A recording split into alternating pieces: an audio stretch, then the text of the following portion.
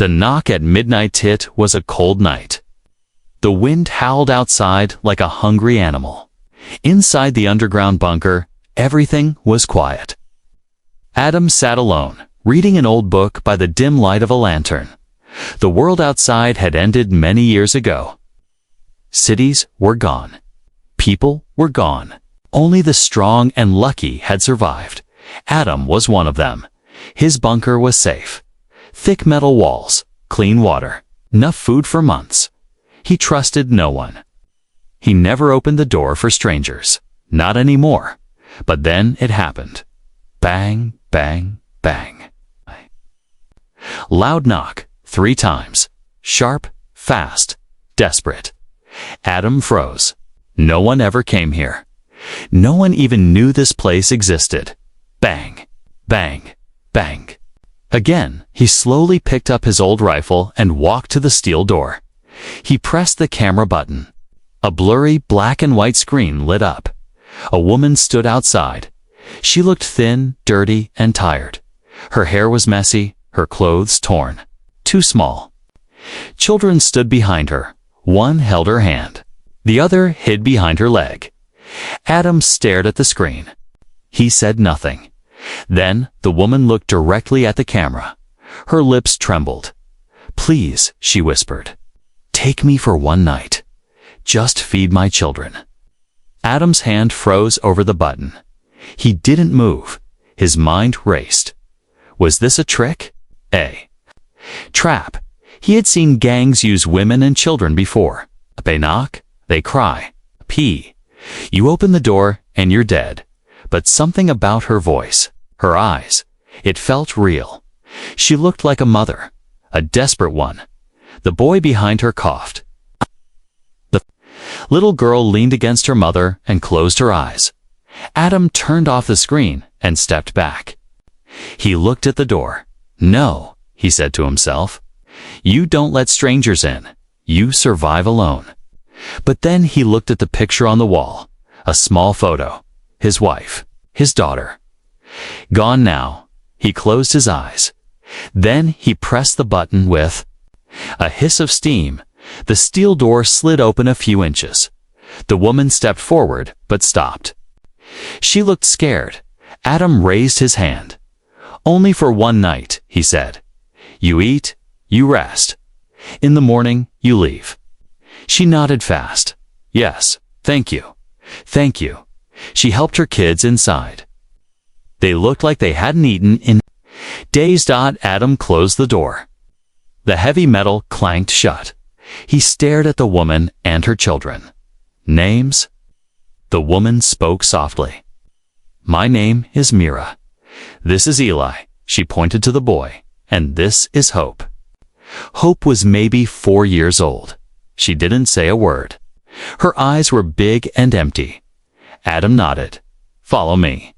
He gave them warm water first, then some dried soup, crackers, apples from his storage room. The kids ate like animals, fast, hungry. Quiet Myra didn't eat much. She just watched her children. "They haven't eaten in 2 days," she said. "I tried, but there's nothing out there now. Just ash and dust." Adam didn't answer. He watched them. Mira looked around. "This place, it's strong. Safe. It was a military outpost once," Adam said. "I fixed it. You live here alone?" "Yes." Myra looked down. "I'm sorry for coming, but I had no choice." Adam nodded. He didn't trust her. Not yet. But he didn't throw her out either.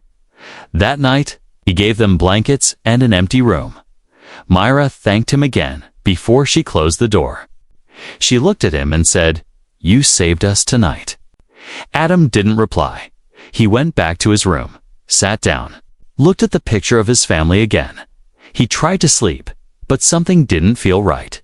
He got, quietly, walked to the room where Mira and her kids slept. He listened. Silence. Then he heard a sound. A whisper. No, maybe a soft growl. He pressed his ear closer.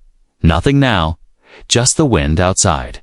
He turned around and walked back, but one thought kept turning in his mind. Why did she come here, to this place in the middle of nowhere? And more importantly, how did she find it? Morning came slow and heavy. Inside the bunker, there were no windows, no sunlight. Just the low hum of machines and the blinking green lights that meant all systems normal. But nothing felt normal to Adam. He hadn't slept. The woman's words kept echoing in his head. Take me for one night. Just feed my children. He got up, checked the security camera. The outside was still empty. No movement. No signs of danger. Then he walked toward the guest room. He paused, listened. Silence. He opened the door slowly. Mira and the kids were asleep. All three lying on the floor, wrapped in the blankets he gave them. They looked peaceful, too peaceful. Adam stepped closer. Eli, the boy, opened one eye. He stared at Adam. Not like a scared child, but like something else then. Just as fast, Eli closed his eyes again and turned away. Adam walked back to the kitchen, made some oatmeal, 3 extra bowls, a few minutes. Later, Mira entered with the children. Morning, she said, her voice soft. Adam gave her a long look. Eat. Then we talk. They sat down. Hope, the little girl, grabbed her spoon and started eating fast. But Mira didn't touch her food. She looked at Adam carefully. I know what you're thinking, she said. You think I'm dangerous? Adam said nothing. You think I'll steal your food, your place, your peace? Still, Adam said nothing. Myra looked down. Then she said the words again. Take me for one night. That was the deal. Adam's eyes narrowed. Strange way to ask for help.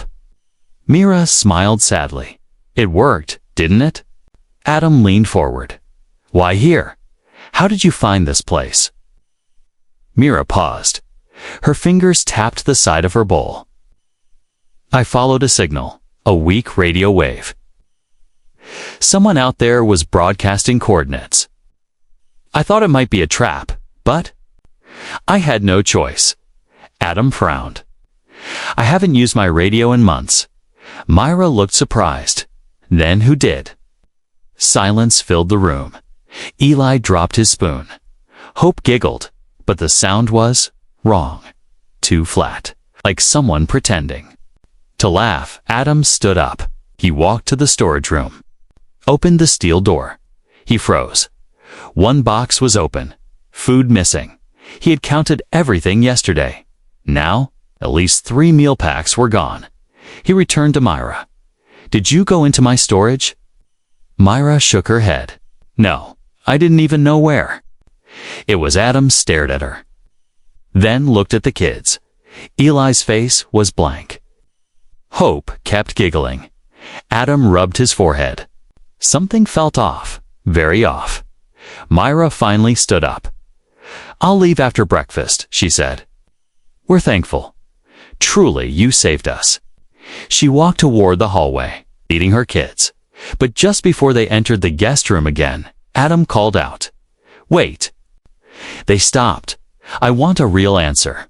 Myra turned. About what? You said one night? Why only one? What happens after that? Mira's face changed. For the first time, she looked afraid.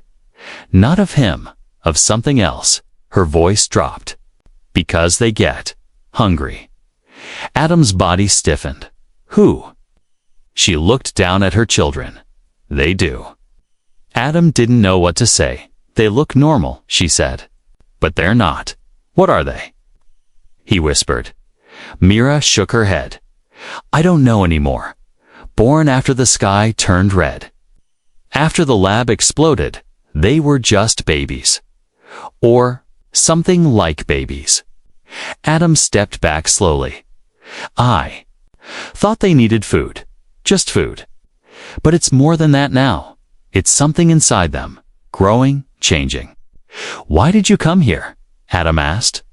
Myra's eyes filled with tears. 'Cause I can't stop them alone. There was silence. Long, cold, heavy. Then Mira spoke again. You helped us. You let us in. That was the deal. Adam stared at the kids. Eli looked at him now, shining like glass. Hope's giggle faded. She tilted her head, watching Adam like a puzzle.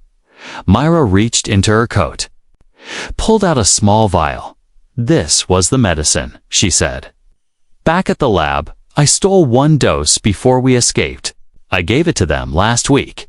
It's wearing off. Adam looked at the vial. The liquid inside was green. What does it do? He asked. Slows the hunger. Adam felt cold sweat on his back. Mira held out the vial. If I leave, they'll change. If I stay, I can keep them calm. At least for a little while longer. Adam looked at the kids. Eli blinked. Once, slowly Hope licked her lips. Adam didn't take the vial. Myra whispered, We don't want to hurt anyone. Adam finally asked, What happens if they get hungry again? Myra looked into his eyes. They stop being my children. The bunker air felt heavier now. Adam walked the hallways like a man in a minefield. Slow. Careful. Always listening. Myra and the kids were still inside. The one-night deal had quietly stretched into 2. He hadn't told her to leave yet. He told himself it was because of the cold storm outside. But deep down, it wasn't sure that was the real reason. Something kept him watching. Something felt wrong. That morning, Adam checked the cameras again. Still no movement outside. The world remained empty, gray, dead. But inside, something was changing. He walked to the storage room, opened the heavy door, stopped his tools. The ones he used to fix air filters were scattered on the floor. A wrench bent in half. The water tester cracked open like it had been bitten. He crouched and picked up a can of food. Teeth marks, not small, not human. He locked the room again and went to find Mira. She was in the corner of the kitchen, humming to herself. Cleaning. A spoon with a cloth that looked too clean to come from outside. Did you go into my tools? Adam asked. She shook her head. No. Why? They're broken. She frowned. Maybe you dropped them. He didn't answer. His eyes scanned the hallway behind her. Then he asked, Where are the kids? Myra looked up. In the room, sleeping. She hesitated. Yes, I think so. Adam walked past her without another word. He reached the guest room door. It was open. The blankets were neatly folded. The kids were gone. He turned fast. Mira, he said sharply. They're not in the room. Mira's smile faded. Before she could speak, a loud sound echoed from the lower level of the bunker. SCRRRRRSHHH. Metal. Against metal, Adam grabbed his rifle and ran downstairs. The power room door was wide open. Inside, one of the children, Eli, stood near the reactor panel. His hands were on the wires, not holding, eating, mouth wide. Teeth longer than before. His eyes pitch black, like oil had filled them. Sparks flew as he bit into a live wire and chewed slowly. Smiling, Adam stepped back. His foot hit something. Hope was behind him, standing upside down on the wall, her feet pressed against the metal like it was the floor. Her head tilted unnaturally, watching him with a blank, stretched smile. We like the warmth, she whispered. Adam raised his gun. Hope vanished not. Vanished. Eli blinked. His teeth shrunk. His eyes returned to normal. Don't shoot, he said, in the voice of a tired child. Mira ran into the room, her face pale. Please, don't hurt them. They're not human, Adam said, voice shaking. Mira nodded, tears in her eyes. I know. She grabbed Eli and pulled him back. They're not monsters either. Not yet. Adam lowered the gun, just slightly. What are they? He asked. I told you, she said. They were born after the Red Fall. Born in the lab, something changed them. They ate electricity. Myra looked down. They're adapting to what? To survive. Adam looked at her hard. Dangerous. Yes, she whispered, but only when they're scared or hungry. Adam backed out of the room and locked the door. He sat alone in the hallway, his breath shallow. He heard them whispering again, not with mouths, with thoughts, words crawling. Into his brain like smoke, he smells like metal. He smells like the outside. We're still hungry. Adam stood up fast. He walked to his private room. Locked the door behind him, he sat at the edge of his bed and turned on the emergency. Radio for the first time in months, static. Then a soft sound, a voice. If anyone can hear me, they're not children. Don't feed them. Don't shelter them. Don't trust the host. Adam leaned closer. They learn. They copy emotions. They are not alone. Then static again. Adam looked at the door. Someone knocked. Not loud, just a slow, soft tap, tap, tap. He picked up his rifle. Who is it? He asked. Hope's tiny voice came through. I can't sleep. Can you tell me a story? Adam gripped the gun tighter because he knew one thing for sure. Now, she wasn't asking for a story. She was waiting for the door to open. Asterisk. The next morning came with silence. Not even the hum of the air filters. Not the ticking of the old clock. Just ... Quiet. Adam sat at the edge of his bed, staring at the locked door. He hadn't slept. He kept the rifle across his lap all night. Listening to the walls breathe, he could feel it, something shifting behind them. Not the metal, not the wires, the air itself. He felt like he was being watched from places that had no eyes. He finally stood and dived the door. The hallway was empty. He walked to the kitchen. Mira stood at the counter, making tea from herbs she had brought. The kids sat nearby, smiling, coloring shapes on the floor with bits of burned wood. Hope looked up and waved. Eli hummed a soft tune. So normal to normal, Adam didn't trust it. He needed answers. Real ones. I want to see your bag, he said to Myra. She turned, startled. What? The coat? The bag? Everything you brought. I want to see it. Mira hesitated. Then she nodded slowly. She walked to the guest room and returned with her torn black coat and a small cloth bag. She placed them on the table. Adam searched through the pockets first. Old wrappers, a metal spoon, half a photo, a badge that stopped him. It was a red ID badge, cracked and faded.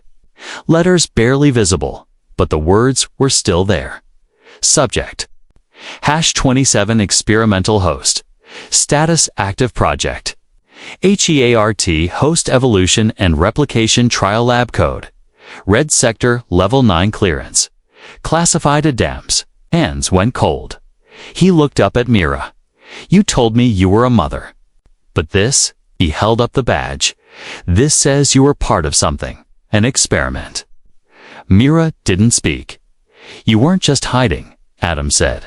You escaped. Mira slowly sat down. I didn't lie, she said quietly. I am their mother, not by birth, but by bond. Explain. She took a deep breath. After the red fall, the government panicked. Radiation, mutation, collapse. They lost control. Some scientists tried to fix things. Others, ... Atia, tried to build something new. She looked at Eli and Hope. They weren't born. They were grown, built from DNA spliced with something else. Adam's eyes narrowed. What's something else? We never found out. They never told us. Just said it came from deep space. A sample. From an old satellite that crashed into Sector 9. Adam swallowed. You were a scientist.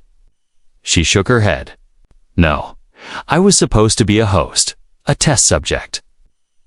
They injected me, then waited. And? I didn't die, she said simply. Others did. I didn't. But I changed. Adam stepped back. Into what? I don't know, she whispered, but I stopped being fully human. She touched the back of her neck and pulled her collar. Down slightly, beneath her skin, something moved, a ripple. Like liquid beneath flesh, Adam raised his rifle. Stop. Mira quickly covered it. I'm still me, she said. Mostly, but I can hear them now. Feel them like synthetic. In my brain, Adam felt sick. He turned to the kids. Eli looked up. We didn't want to come here to hurt you, he said. Hope added, we just wanted to feel safe. Adam's voice was low. Safe from what? Myra's face turned pale. From the others, Adam blinked. Others, she nodded. We weren't the only ones in the lab. There were more hosts, stronger ones, failed ones. They escaped too. A cold chill passed through the room. How many? Adam asked. I don't know, Mira whispered, but they follow signals, and we've been tracked before. Adam's heart pounded. He remembered the radio transmission, the voice warning him, don't trust the host. Mira pulled out the small green vial again, the one from before. This is the last dose, she said. It keeps the children calm, slows the changes, but once it runs out, they become something else. Adam finished. She nodded. He looked at them. These things pretending to be children, acting like humans, smiling, coloring, but inside. Inside was something alien, evolving, and worse. Maybe they weren't the real danger. Maybe something bigger was coming. He stepped away from the table. I want you gone by sunset. Mira didn't argue. She just nodded. We'll leave, she said, but you won't survive alone. Not anymore. They'll come for you too. Adam walked to the main door and looked at the camera screen. The outside was still empty, but on the far edge of the screen, something moved. Just a shadow. Something. Tall, watching, waiting, and smiling. The door shut behind them with a heavy thud. Myra and the children were gone. Or so Adam thought. The silence returned, but now it felt sharper. Like something alive was listening. He stood at the metal door for a long time, staring at the screen. Mira and the kids had walked off into the ash, disappearing into the dead gray outside. No goodbye. No last look. Just gone. And yet, Adam couldn't shake the feeling that they hadn't really left. Not all of them. He went back inside. First thing he did, lock every door, every hatch. He changed the security codes. No more guests. No more chances. Then he checked the food storage. Again, another pack was missing. That made no sense. He'd locked it after Mira arrived. Triple-checked it. But now, the lock was bent. Slightly, like something had pushed through the metal. Or melted it. He picked up a can and turned it around. Teeth marks. Not human. Not animal. Something in between. Adam felt his chest tightened. Then came the smell. He followed it, faint at first. Like rotting wires. Like blood on metal. It led him to the side chamber. He opened the door slowly. Inside, the room was cold. Too cold. Frost clung to the vents. Then he saw it. His dog Rocco, lying in the corner. His fur torn, eyes wide open. His body was untouched except for the middle. The entire stomach was missing, eaten, not torn by claws. Cleanly removed, Adam backed away. Hit the wall, dropped his flashlight. He turned and ran to the surveillance room. Pulled up the last 12 hours of footage, fast-forwarded. Hours passed. Empty halls. No movement. Then, 3:14 a.m. The screen flickered, static, then the hallway lit up again. But it wasn't empty. Hope, standing in front of the storage door. Not walking, just appearing. Like the shadows let her in. She looked straight at the camera, not blinking. Her eyes white, her mouth opened, and her jaw stretched wider than it should. She smiled. Then she vanished again. Adam slammed the screen off. He sat there, breathing hard. Sweating. He had let them in, even after they left. They hadn't really gone. The bunker was no longer his. They had claimed it. They were feeding. He moved to the lower level, walking slowly, checking every corner. Every step felt wrong. The lights above flickered without pattern. Then he heard it. A slow, wet chewing sound, coming from the hallway behind the reactor. He stepped quietly, closer, then he saw him. Eli sitting. In the dark, his back turned, chewing. On something in his hands, Adam raised the gun. Stop. Eli turned slowly. His mouth was covered in red. Not blood, not oil. Thick, black oil. Like it came from deep underground. His hands held a chunk of a power wire. The inside was hollowed out. The copper gone. Eli smiled. Mommy said we could eat now. Adam fired. The bullet went through the boy's head. Eli dropped silence. Adam lowered the gun, shaking. Then, behind him, Hope's voice, that wasn't kind. Adam spun, pulled the trigger again. Nothing. Hope stood upside down on the ceiling. Eyes glowing, her voice echoed from inside his mind. You said we could stay. That was the deal. Adam backed away, heart pounding. You left, he whispered. No, she said softly. You just closed your eyes. Then her form flickered and vanished. Adam ran. He climbed back to the upper level, locked the main door to the lower floor. He fell against the wall. Gasping, then he noticed something new. A drawing on the wall. Done. With black wire and ash dot, 2 stick figures. One was him, the other was Hope. She was smiling. He was burning. Next to it, in shaky letters, someone had written, Last meal. Then we grow.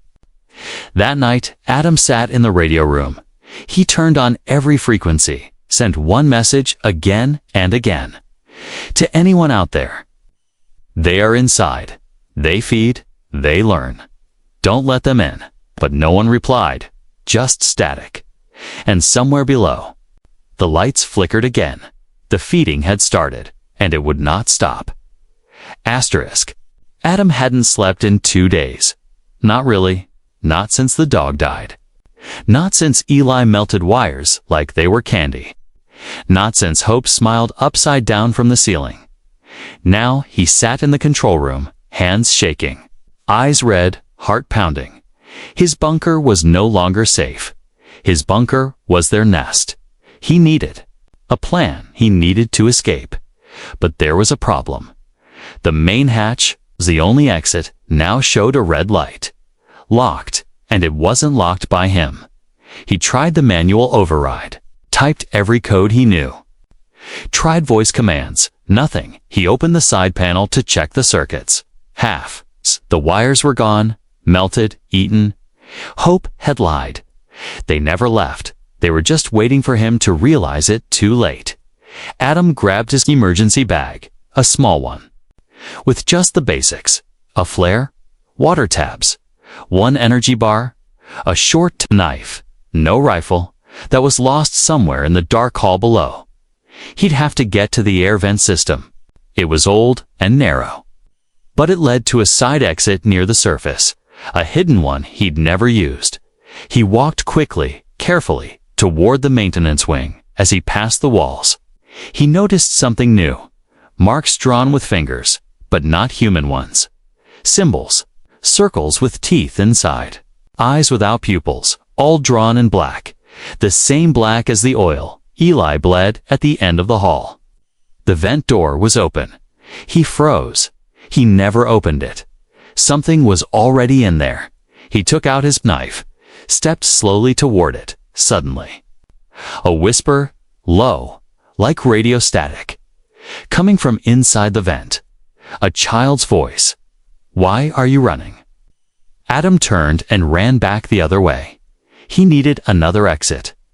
Any exit. He reached the backup battery room. There was an emergency ladder behind. The panel sealed, hidden. He had welded it shut years ago, but the blowtorch still worked. He cut fast, sweating. Sparks flew. The smell of burning metal filled the air. Finally, popped open, the ladder upward. Rusty, old. But it might lead out. He started climbing. Halfway up, a sound echoed below footsteps, small ones. Then, another sound, scraping, as if nails were dragging. Along the walls, Adam climbed faster. The ladder creaked under his weight. One more rung. He reached the top hatch and pushed. Stuck, he shoved harder. It didn't move. He slammed both fists into it. Still, nothing. Then a voice behind him, whispering, near his ear. But no one was there. Mommy said you were smart. He looked down Hope, crawling up the wall, not the ladder. Her eyes white, her mouth filled with sharp little teeth. She wasn't smiling now. She was hungry. Adam kicked at her. Trying to buy time, he took out the flare, lit it. The bright red light filled the tunnel. Hope hissed. Not screamed, hissed, like steam under pressure. She stopped climbing. Adam shoved the flare into the wall and banged on the hatch with all his strength. Finally a crack. The hatch loosened. He pushed it open and pulled himself into the small surface chamber. It smelled of dust and time, but there was air. Real air, then. His hand brushed against something cold. A small card, it was, taped to the inside of the hatch. A white tag, clean. It had only 4 words on it. Do not feed the host. Adam stared at it. His hands trembled. This wasn't just a warning, it was a label. Left here. By whoever built the bunker. He looked around. The room had old monitors, now dead. A control board with a faded symbol. Red Sector 9. This wasn't just a military bunker it had been used for. Containment? They hadn't just built this place to survive the world outside. They built it to trap something inside. And now, Adam knew what it was. Not Mira, not just the kids, the host, the thing inside her. Growing, thinking, spreading. And Adam. He had fed it, sheltered it, let it evolve. Suddenly, the screen in the corner blinked once. A red light, just one word flashed. Awake. The door behind him creaked open on its own. Adam didn't move. From the shadows, Mira stepped out. But it wasn't really her anymore. Her eyes were black now, her skin glowing faintly, like she had wires under her veins. You tried to leave, she said calmly. I should have never let you in, Adam said. Backing up, Mira smiled gently. You didn't. Let me in, she said. We let you in. Adam did not run. He knew it wouldn't matter now. Mira stood in front of the open hatch door.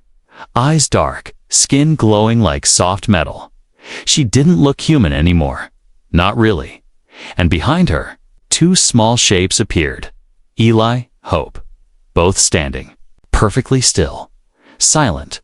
Watching, Adam's mind was screaming, but he kept his voice steady. What do you want? He asked. Mira tilted her head, as if trying to remember the right word. Then she said it. A home. Adam stepped back, gripping the flare tighter. Its red light flickered weakly now, almost out. You had one, he said. I gave you food. Shelter. You gave us a cage, Mira said. We needed more than food. We needed time to finish. Adam's breath caught. Finish what? Growing. Then Hope stepped forward, and her voice echoed like 2 people speaking at once. Mommy is the seed. We are the roots. You were the soil. The lights in the small chamber turned red. Every screen flashed one word again and again. Awake, awake, awake. AWAK. Adam looked around the control panels. The symbols. This wasn't a safe house. This was a test site. A growing room. A place not for humans. But for them, they had returned home, and he was the final piece. The host didn't escape. The host came. Adam reached for the emergency button, a red switch behind a glass panel. He had never touched it before. The warning above it read, "Full. Purge activates autoburn sequence." He looked at Mira. "Is this what you were waiting for?" he asked. She smiled. "No. This is your choice." Then she took a step forward. Hope followed. Eli's eyes were glowing like tiny suns now at Adam. Pressed the switch. The bunker screamed. Loud alarms. Blinding red lights. Fire systems powering up. Autoburn in 60 seconds. Mira didn't run. She stood still, as if welcoming the flame. But Eli blinked. Hope turned to her mother. "No more running," Mira said calmly. "Let it end." Adam moved past them, not to run but to block the hatch. He had one job now, keep them in. The doors began to seal automatically. The metal clicked, hissed. Locked one last time, Mira looked at Adam. "You could have joined us." Adam gave her one answer. "No." Then everything turned white. A week later, the bunker was cold. Now, ash covered everything inside. All systems dead. All doors sealed. But under the layers of black dust, something moved. A small shape, a child's hand. Hope single quotes as her skin cracked, glowing, faintly beneath. She crawled through the burnt pipes, body twitching, healing itself. Her eyes opened slowly. She looked around and smiled. Somewhere far away. A woman walked alone through a dead city. She held a small radio crackling. She tuned it until a faint signal came through. "Red Sector 9 is lost. Host is active. If you hear this, do not shelter the children. Do not." The message broke into static. The woman lowered the radio from behind her. A small voice whispered, "I'm hungry." She turned slowly. A little girl stood in the road, alone, dirty, crying. "Double quotes, please." The girl said, "Just one night, just one meal." Woman stared at her. The girl's eyes blinked white.